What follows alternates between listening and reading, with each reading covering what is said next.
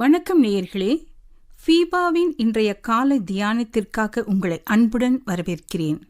FIBA நேயர்களுக்கு அன்பின் காலை வணக்கம்.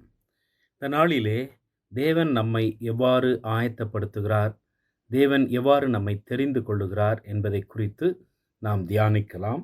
எரேமியா தீர்க்கதரிசியின் புஸ்தகம் 1வது அதிகாரம் 5வது வசனம். நான் உன்னை தாயின் வயிற்றில் உருவாக்கும் முன்னே உன்னை அறிந்தேன்.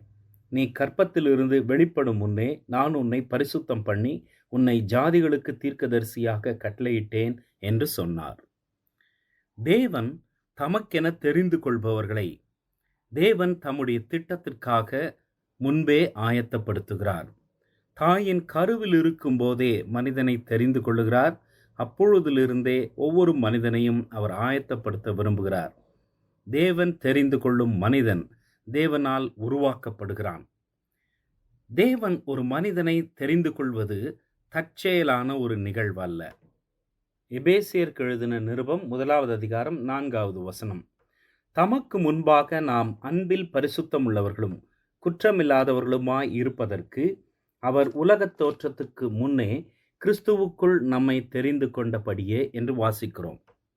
உலகத் தோற்றத்திற்கு முன்பே தேவன் மனிதர்களை தெரிந்து கொள்ளுகிறார். அதாவது யாரெல்லாம் கீழ்ப்படிந்து ஆண்டவரை ஏற்றுக்கொள்வார்களோ அவர்களை ஆண்டவர் உலகத் தோற்றத்திற்கு முன்பாகவே தெரிந்து கொண்டிருக்கிறார், முன்குறித்திருக்கிறார். ரட்சிப்பின் திட்டம் உலகத் தோற்றத்திற்கு முன்னரே உருவாக்கப்பட்டது என்பதை நாம் அறிந்து கொள்ளலாம். இந்த உலகத்தையும் அண்ட சராசரங்களையும் தேவன் படைத்து அதிலே மனிதனை படைத்து அவன் தவறு செய்து கீழ்ப்படியாமல் போய் அவனுக்கென்று ஒரு ரட்சிப்பின் திட்டத்தை திடீரென்று தேவன் ஏற்படுத்தவில்லை. தேவனது முன் அறிவிலே இவைகளெல்லாம் நடைபெறும் என்பதை அறிந்து மனிதனை உருவாக்கும் முன்னே ரட்சிப்பின் திட்டத்தை உருவாக்கினார் என்று பார்க்கிறோம். இங்கே சொல்லப்படுகிற வசனம், உலகத் தோற்றத்திற்கு முன்பே கிறிஸ்துவுக்குள் நாம் தெரிந்து கொள்ளப்பட்டிருக்கிறோம். அதே வேளையில் ஆவிக்குரிய மேன்மைக்காக தேவ சித்தம் நிறைவேற்றப்பட தேவன் நம் ஒவ்வொருவரையும் தெரிந்து கொள்கிறார். எல்லாரையும் ஊழியர்களாக தெரிந்து கொள்வதில்லை, அழைப்பதும் இல்லை. எல்லாரையும் அற்புதம் செய்கிறவர்களாக தேவன் அழைப்பதில்லை, அடையாளங்களை செய்கிறவர்களாய் அழைப்பதில்லை, தீர்க்கதரிசிகளாய் அழைப்பதில்லை. ஆனால் தேவன் இவ்வுலகத்திற்கான ரட்சிப்பின் திட்டத்திலே உங்களையும் என்னையும் ஒரு பணியாளாக தெரிந்து கொண்டுள்ளார். போடப்பட்ட அஸ்திபாரம் இயேசு கிறிஸ்து என்று வேதத்திலே பார்க்கிறோம்.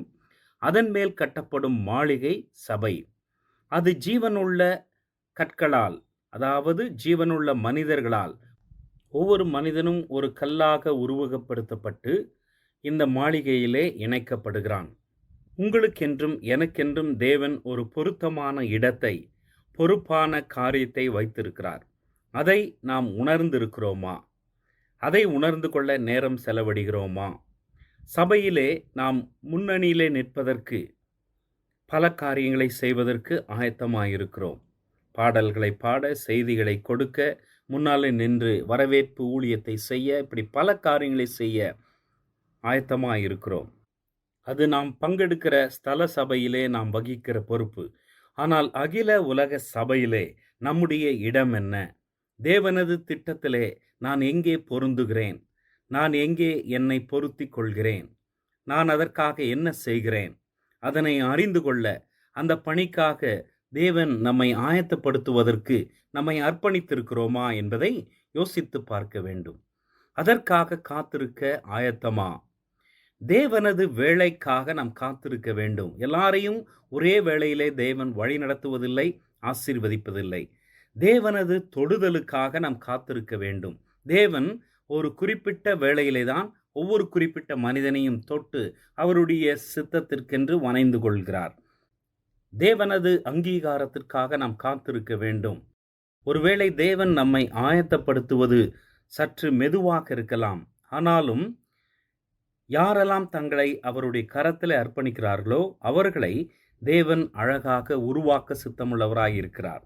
என அன்பான ஃபீபா நேயர்களே, உங்களை தேவன் முன் குறித்திருக்கிறார் என்ற நம்பிக்கை உங்களுக்கு உண்டா? உங்களை அழைத்திருக்கிறார், உங்களை ஆயத்தப்படுத்தி கொண்டிருக்கிறார் என்ற உணர்வு இருக்கிறதா? இந்த சிந்தனையோடு கூட இந்த காலை நேரத்தை அல்லது இந்த முழு நாளையும் ஆண்டவருடைய பாதத்திலே செலவிடுவோம். அவர் நம்மை தம்முடைய சித்தத்திற்கென்று உருவாக்க நாம் விட்டு கொடுப்போமா? தேவன் தாமே நம் ஒவ்வொருவரையும் ஆசீர்வதிப்பாராக. இன்றைய காலை தியானத்தில் பங்கேற்றமைக்காக நன்றி. உங்களது கருத்துக்களை பகிர்ந்து கொள்ளவோ மேலும் விவரங்கள் அறிந்து கொள்ளவோ 9458585042 என்ற எண்ணிற்கோ அல்லது info@fibaonline.org தொடர்பு கொள்ளவும். தேவன் தாமே உங்களை ஆசீர்வதிப்பாராக. ஆமேன்.